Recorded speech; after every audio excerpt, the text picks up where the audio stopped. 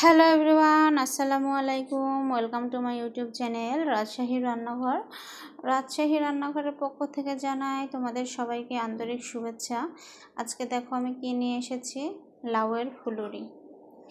এটা কখনো খেয়েছেন কিনা আমি জানি না, তবে আমি কালকে বানিয়েছিলাম, এতটা স্বাদ লেগেছে, দুর্দান্ত স্বাদ লেগেছে। তার জন্য ভাবলাম আমি আমার বন্ধুদের সাথে শেয়ার করি। এত স্বাদ আমার মনে হয় না যে অন্য কোনো ফুলুরি এই ফুলুরির সাথে পারবে, এতটা টেস্টি। তাহলে চলেন আমি কিভাবে বানালাম দেখিয়ে দিচ্ছি। এখানে আমি লাউটা ঝিরিঝিরি করে কেটে নিয়েছি, একদম চিকন, যত চিকন আপনারা করতে পারবেন ততই ভালো।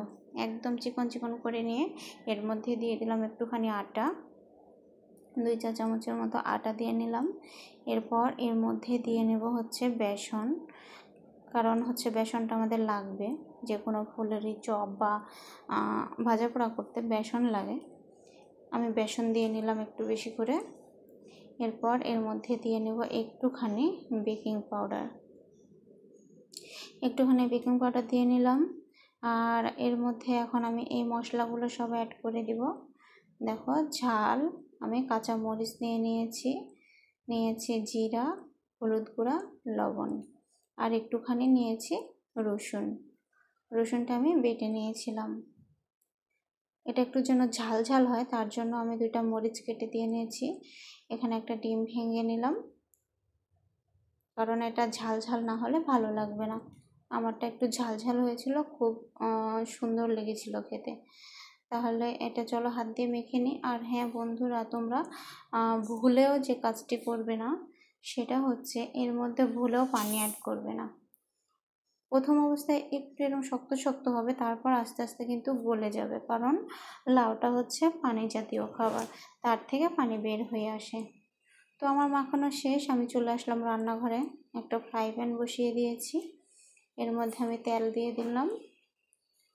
দেখো, আমি তেলটা যখন গরম হয়ে যাবে তার মধ্যে ওগুলো ভেজে নেব। আমি তেলটা দিয়ে নিলাম পরিমাণ মতো, আমি একটু একটু করে এটা দিয়ে নিচ্ছি। দেখো, আমি মাখালাম তখন কিন্তু টাইট ছিল, আস্তে আস্তে এটা লুজ হয়ে গেছে, কারণ এটা পানি জাতীয় খাবার, এটা থেকে পানি বের হয়ে আসবে লাউটা থেকে, তার জন্য এখানে আলাদা পানি অ্যাড করতে হবে না। আমি এভাবে সবগুলো দিয়ে নিচ্ছি।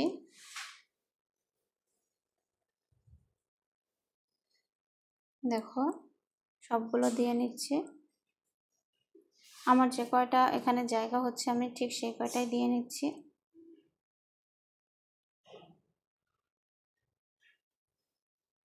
তোমরা একবার বানিয়ে খাবে, আমার বিশ্বাস তোমরা এটার ফ্যান হয়ে যাবে।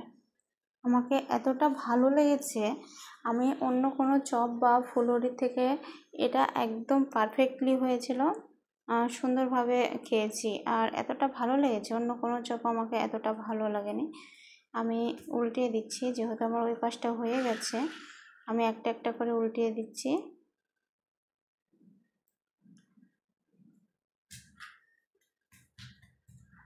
বন্ধুরা, আমার চ্যানেলটা যদি তোমাদের ভালো লেগে থাকে তাহলে অবশ্যই একটা লাইক, কমেন্ট, শেয়ার করে দিবা, এবং নতুন হয়ে থাকলে অবশ্যই একটা সাবস্ক্রাইব করে দিবা। আর যদি এটা ভালো লাগে, তোমাদের মনে যদি একটুও ভালো লেগে থাকে, অবশ্যই তোমাদের বন্ধুর ফ্যামিলির সাথে, অথবা তোমাদের যদি কাউকে ভালো লেগে থাকে তাকে অবশ্যই এটা শেয়ার করতে পারো, যে এভাবে বানিয়ে খেলে অবশ্যই ভালো লাগবে। দেখো, আমি একটা একটা করে চাপ দিয়ে নিচ্ছি, কেন যেন ভিতর থেকে সুন্দরভাবে এটা ভালোভাবে সেদ্ধ হয়ে যায়। এভাবে চাপ দিয়ে নিচ্ছি। দেখো, এটা একটু ভিতরে কাঁচা ছিল, চাপ দিয়ে নিলাম, নিয়ে তেলের এখানে দিয়ে নিলাম। এটা এখন সুন্দরভাবে হয়ে যাবে। আমি বানানোর পরে তোমাদের হচ্ছে ভেঙে দেখাবো যে এটা ভিতরে কেমন ছিল। আমার এবার হয়ে গেছে, আমি তুলে নিচ্ছি। আমার আর একটু বাকি আছে, আমি সেম ওয়েতে আবার এগুলো দিয়ে নেব। দেখো, আমি একইভাবে আবারও দিয়ে নিচ্ছি। আমার দেওয়া শেষ, এবার আমি সবগুলোকে সুন্দর করে উল্টিয়ে দেব। দেখো, আমার উল্টানো শেষ, আমার 2 পাশ ভাজা হয়ে গেছে। এই যে, এবার আমি তুলে নেব।